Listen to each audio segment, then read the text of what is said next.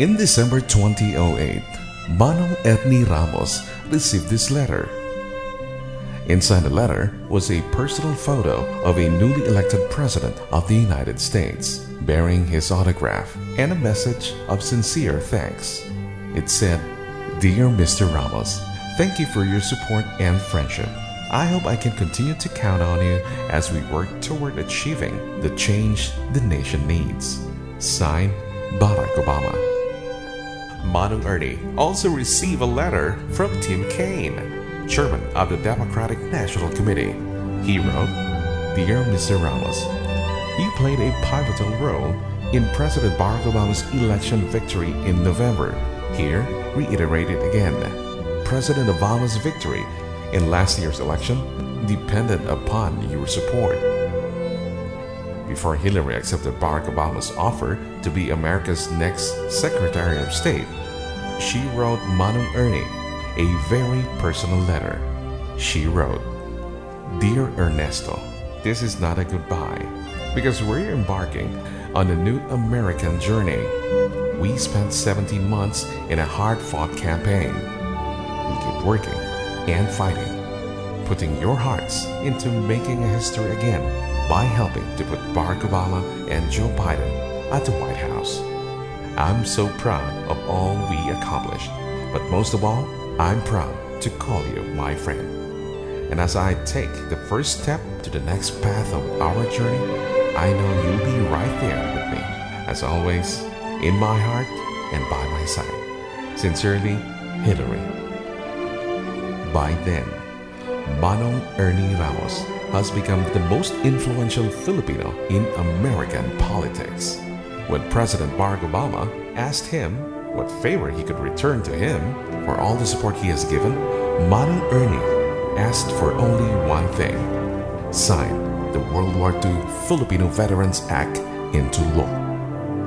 President Barack Obama kept his promise. In February 19, 2009, barely 100 days in office, President Obama signed into law the World War II Filipino Veterans Act. The 60-year struggle of Filipino veterans was finally over.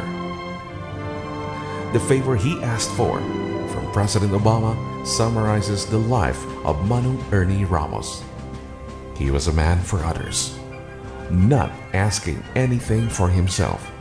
He is a leader without worldly ambitions, a man who loved his country more than himself.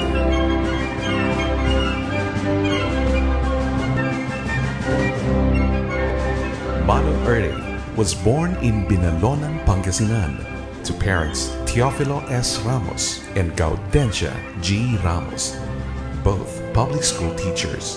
He took his secondary education at the Mary Help of Christians Minor Seminary in Binmali, Pangasinan. A scholar at the UST Central Seminary, he graduated with honors on 4 degrees. He was ordained into priesthood in 1964. He went to the US in 1968 on a scholarship grant and pursued his graduate studies at Loyola University in Chicago. He was assigned at the Archdiocese of Chicago under the late John Cardinal Cody.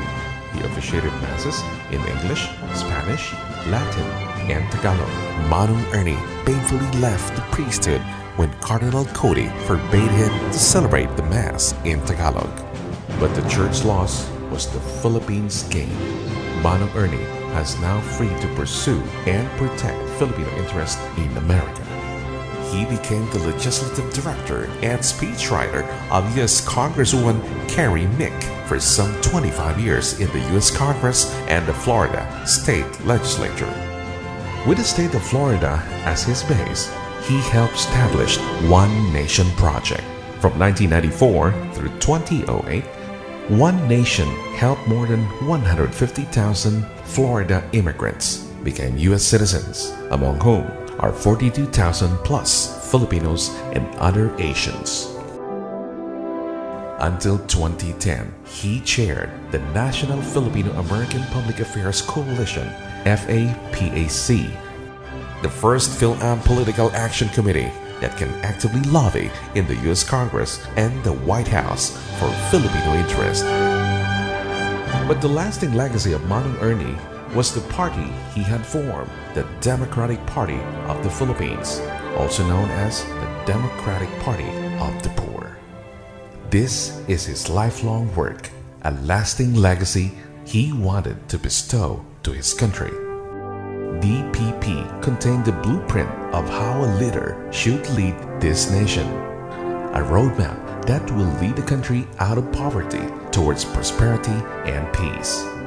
He left to the DPP a masterpiece in socio-economic planning, a Marshall Plan to pay for our country's usurious debt. But Manong Ernie would not live to see his dreams fulfilled. He died of lung cancer in October 15, 2010. He passed on his leadership to his younger brother Louis, who saw to it the legacy of Manong Ernie be lived and remembered. The tale of two mountains is a solid proof that the spirit of Manong Ernie lives on. He lives in our hearts and stands by our side.